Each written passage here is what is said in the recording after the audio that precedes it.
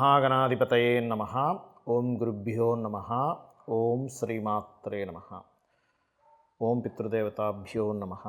ఓం విష్ణవే నమః. పరమేశ్వర స్వరూపమైనటువంటి జ్యోతిష, వాస్తు మరియు ఇతర అనేకమైనటువంటి శాస్త్రములను మనకు అందించినటువంటి మహర్షులకి నమస్కారం. హయగ్రీవ హయగ్రీవ హయగ్రీవేతి యో వదేత్తస్య నిస్సరతే వాణీ జహ్నుకన్యా ప్రవాహవత్.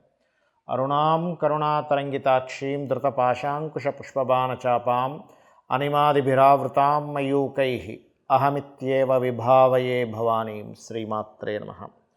ప్రేక్షకులకి ఆ లలితాంబిక అమ్మవారి యొక్క అనుగ్రహము మరియు ఆ పితృదేవతల యొక్క అనుగ్రహం పరిపూర్ణంగా కలగాలని మనస్ఫూర్తిగా కోరుకుంటూ మనం ఈరోజు వార ఫలితాల్లో గ్రహాలు ఎక్కడెక్కడ స్థితి పొందున్నాయి, ఈ వారం ప్రత్యేకంగా ఎండింగ్, ఈ సంవత్సరానికి తెలుగు ఆంగ్ల సంవత్సరానికి ఎండింగ్, ఆంగ్ల సంవత్సర నూతన సంవత్సరానికి స్టార్టింగ్, ఈ దీంట్లో ఉన్నాం. అంటే ఫస్ట్ వీక్, ఆంగ్ల సంవత్సరంలో ఫస్ట్ వీక్ ఏమిటి, ఈ సంవత్సరం ఉన్నటువంటి గొప్పతనం ఏమిటి, అలాగే అంటే ఈ వారం, ఈ సంవత్సరంలో ఈ వారంలో ఏ ఏ రాసుల వారు ఎటువంటి విషయాల్లో లబ్ధి పొందనున్నారు, ఏ విషయాల పట్ల జాగ్రత్త వహించాలి, మరియు అదేవిధంగా మీరు చేసుకోవాల్సినటువంటి దేవతా ఆరాధన ఏమిటి, పితృదేవత ఆరాధన ఏమిటి. ఎందుకంటే 31వ తేదీలో మీకు మఖా నక్షత్రం అయి 1వ తేదీ పొద్దున్న వరకు ఉంటుంది మఖా నక్షత్రం. కాబట్టి ఈ మఖా నక్షత్రానికి అధిష్టాన దేవత ఎవరు, ఏం చేసుకోవాలనేటువంటి చెప్తాను. అయితే ఇక్కడ ముఖ్యంగా అందరికీ కూడా నేను చెప్పేది ఒకటే, 31వ తేదీ లేదా 1వ తేదీ పొద్దున్న కానీ మీరు మఖా నక్షత్రానికి అధిష్టాన దేవత పితృదేవతలు అవుతారు. కాబట్టి ఖచ్చితంగా మీరు మఖా నక్షత్రం నాడు, ఈ న్యూ ఇయర్ రాబోతుంది కాబట్టి ఈ న్యూ ఇయర్లో 2024 సంవత్సరంలో మీ యొక్క విష్ ప్రతిదీ కూడా ఫిల్ఫిల్ అవ్వాలి అంటే ఇప్పుడు గోచారంలో మనకి గురుచండాల యోగం అంటే గురురాశిలో రాహు సంచారం జరుగుతుంది. కాబట్టి ఖచ్చితంగా అందరూ పితృదేవతలకు చేసుకోండి, దేవతా స్వరూపంతో సహా ఆ పితృదేవతలు మనం రక్షిస్తారు, ఇది గుర్తుపెట్టుకోండి. అదేవిధంగా మీనంలో రాహు, కన్యలో కేతువు, చంద్రుడు సింహరాశి నుంచి తులారాశి వరకు సంచరిస్తాడు. ఈ వారంలో కుంభంలో శని ఉన్నాడు మనకి. అదేవిధంగా ధనస్సులో రవికుజులు ఉన్నారు, వృశ్చికంలో శుక్రుడు, బుధుడు వక్రించున్నాడు. ఈ యొక్క గ్రహస్థితిని అనుసరించి ద్వాదశ రాశుల వారికి ఎలా ఉండబోతుందనే విషయాలు ఇప్పుడు మనం తెలుసుకుందాం. కన్యా లగ్నము, కన్యారాశి. కన్యవారికి కనుక చూసుకున్నట్లయితే 31వ తేదీ మరియు 1, 2 తేదీల్లో గమనించుకున్నట్లయితే మీకు ఈ యొక్క తారీఖులు గుర్తుపెట్టుకోండి.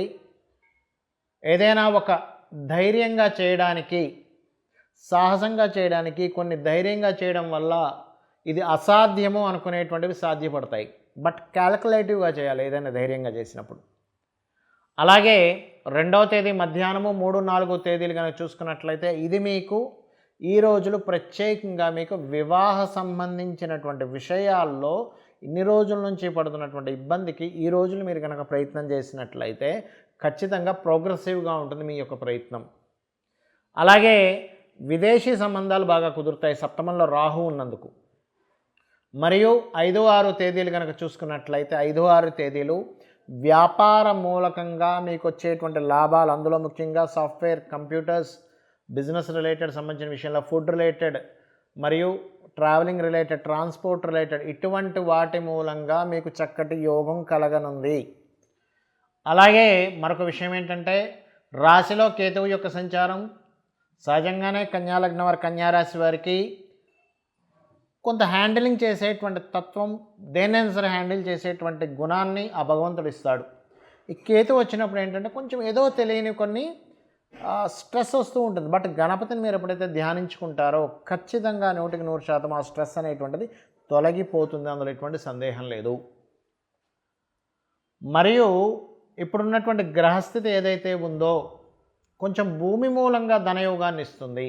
అంటే రియల్ ఎస్టేట్ రంగాల్లో వారికి, ముఖ్యంగా కన్యారాశి ఆర్ కన్యాలగ్నం వారికి. ఇప్పుడు చూడండి, మనం కొన్ని వెంచర్స్లో, కొన్ని కంపెనీస్లో ఒక వ్యక్తి మాత్రం బాగా అమ్ముతుంటాడు, మిగతా వ్యక్తులు మాత్రం అయ్యో మార్కెట్ లేదండి, అదండి ఇదండి అంటాడు. అంటే కారణం ఏమిటి, ఆ వ్యక్తికి పర్టికులర్గా ఈ వీటి మూలంగా ధనయోగం ఉండేటువంటి యోగం ఉంది.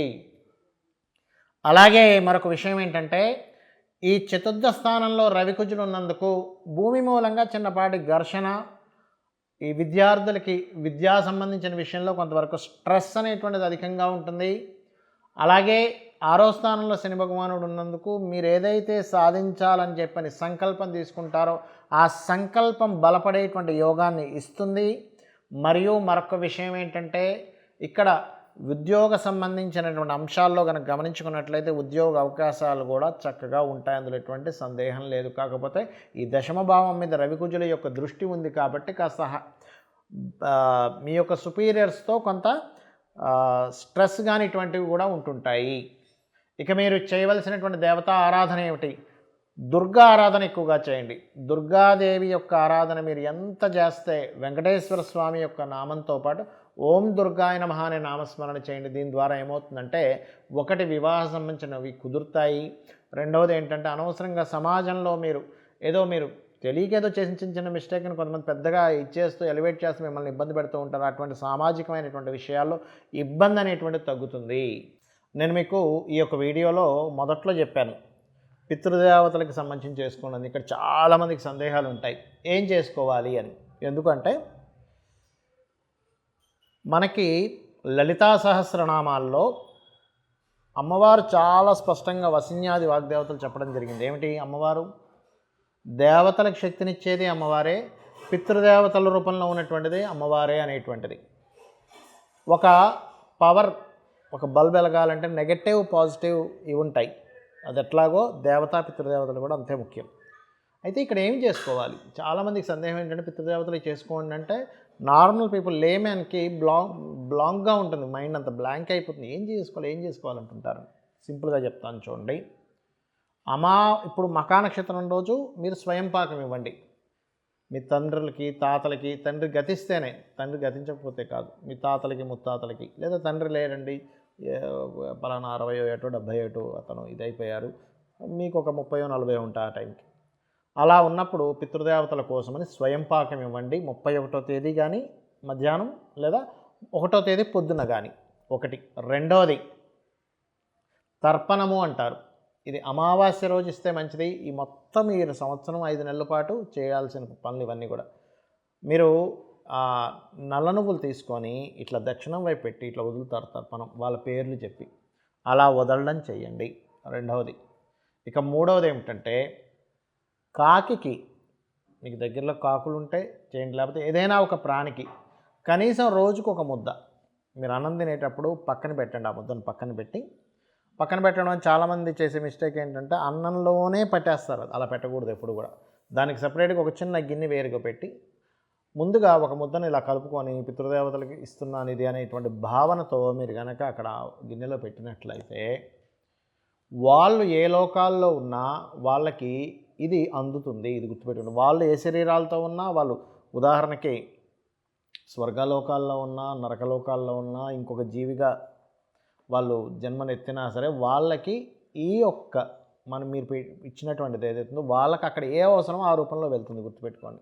వాళ్ళకి ధనం అవసరం అది ధనం రూపంలో వెళ్తుంది, నీరైతే నీరు రూపంలో వెళ్తుంది, ఫుడ్ అయితే ఫుడ్ రూపంలో వెళ్తుంది. ఇది గుర్తుపెట్టుకోండి. ఇక ఇప్పటి వరకు మనం చెప్పుకున్నటువంటి ఈ ఫలితాలు, గోచార ఫలితాలు ఏవైతే ఉన్నాయో వీటికంటే అతి ముఖ్యంగా మీ జన్మజాతకం చూసుకోవాలి ఎప్పుడు కూడా. అంటే మీ లగ్నం ఏమిటి, అంటే మీరు ఎందుకు ఎదగలేకపోతున్నారు, మీ ధనాధిపతి ఎవరు, మీరు ఏ రూపంలో మీకు ధనం వస్తుంది, మీ ప్రయత్నకారకుడు ఎవరు, మీ విద్యాకారకుడు ఎవరు, మీ యొక్క ఏమంటారు ఏ డైరెక్షన్స్లో ఉంటే బాగుంటుంది, మీ సంతాన అభివృద్ధి ఎలాగా, మీ యొక్క జీవిత భాగస్వామితో ఉండేటువంటి రిలేషన్స్ ఎందుకు చెడుతున్నాయి, అసలు మీకు వివాహం ఎప్పుడవుతుంది, అనవసరంగా ఏమైనా సడన్ ఇన్సిడెంట్స్ ఏమైనా ఉన్నాయా, లైఫ్లో మార్పులు ఏమైనా ఉన్నాయా, ఇన్వెస్ట్మెంట్స్ ఎందులో చేయాలి, ఎప్పుడు విదేశీ యోగం ఉందా లేదా, జాబ్లో బాగుంటుందా లేకపోతే వ్యాపారాల్లో బాగుంటుంది, ఈ అంశాలన్నీ కూడా మీ యొక్క జన్మజాతకంలో ఉంటాయి. అందులో ఇంక్లూడింగ్ మీ యొక్క మహాదశ ఇప్పుడు ఏం నడుస్తుంది, ఇప్పుడు ఏం చేయాలనేటువంటిది. అయితే ఇక్కడ మీకు సందేహం కలుగుతుంది ఏమంటే ఇవన్నీ మన జాతకంలో ఉంటాయి, మనం ఎందుకు గోచార ఫలితాలు చెప్పుకుంటున్నామని. గోచారం ఈజ్ లైక్ కాలము, సిచ్యువేషన్స్, బయట ఉండే కాలము, బయట ఉండేటువంటి పరిస్థితులు, బయట ఉండే ట్రాఫిక్ లాంటిది గోచారం. దాన్ని ఆధారం చేసుకొని మనం ఎలా అయితే స్టెప్ తీసుకుంటామో, ఎలా అయితే నిర్ణయాలు తీసుకుంటామో దాని గురించి చెప్పుకునేది మనకి గోచార ఫలితాలు. దాన్ని బట్టే కదా మనం ప్లాన్ చేసుకుంటాం. సో అది అయితే మనకి న్యూ ఇయర్ రాబోతుంది కాబట్టి మనకి ఈ వారం వార ఫలితాలు న్యూ ఇయర్ గురించి చెప్పుకుంటున్నాం కాబట్టి నేను మీకు చెప్పేది ఒకటే.